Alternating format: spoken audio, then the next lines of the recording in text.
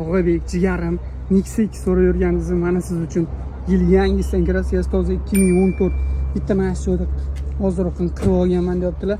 Seshanba kuni motor qildirgan ekan. Propan 3,5 ming bo'lib qoldi. Maza qilib haydaysiz, balonlar yaxshi holatda. Salonni ko'rsataman.